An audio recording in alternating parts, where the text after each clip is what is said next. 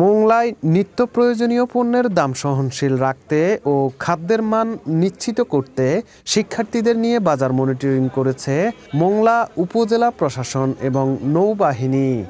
এ সময় কয়েকটি ব্যবসা প্রতিষ্ঠানকে ৫৩,০০০ টাকা জরিমানা করা হয়।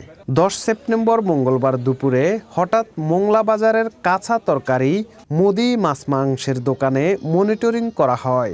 এতে উপজেলা সহকারী কমিশনার ভূমি মোহাম্মদ তারিকুল ইসলামের সাথে বাংলাদেশ নৌবাহিনী ও বৈষম্য বিরোধী ছাত্র আন্দোলনের শিক্ষার্থীরা উপস্থিত ছিলেন।